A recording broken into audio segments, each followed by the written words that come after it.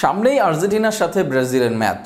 শেষ মুহূর্তে কলম্বিয়ার সাথে ব্রাজিলের যে ম্যাচটা হয়েছে সেই ম্যাচটা একদম একটা পাগলাটে ম্যাচ ছিল।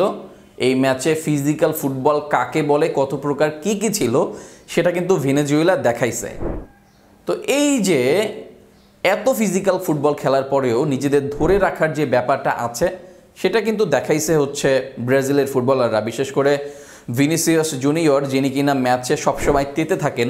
তিনিও কিন্তু অনেকটা ভদ্রভাবে খেলেছেন, তবে শেষ পর্যন্ত তিনিও মেজাজ হারিয়েছিলেন ভেনেজুয়েলার ফিজিক্যাল ফুটবলের উপর।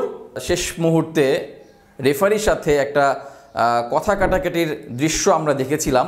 সে সময় এই যে কথা কাটাকাটির জন্য কিন্তু এই ভিনিসিয়াস জুনিয়র অনেক হলুদ কার্ড খাইছে।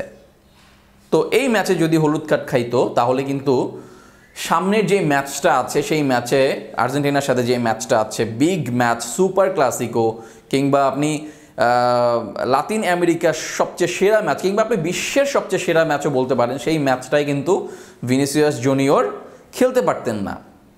এই যে এই হিসাবটা করে ভিনিসিয়াস জুনিয়রকে কিন্তু সরিয়ে নেয় রেফারির সাথে কথা কাটাকাটি থেকে রাফিনিয়া। এই যে এই হিসাব নিকাশগুলো কিন্তু আপনাকে করতে হবে এবং টিমের অন্য মেম্বারদের এই বিষয়টাকে সাপোর্ট কিন্তু দিতে হবে। সেটা কিন্তু আমরা দেখেছি এই ম্যাচটায়। এবং ভিনিসিয়াস জুনিয়রকে সরিয়ে নেওয়ার পরে ভিনিসিয়াস জুনিয়র হয়তো বা হলুদ কার্ড থেকে বেঁচে গেলেন।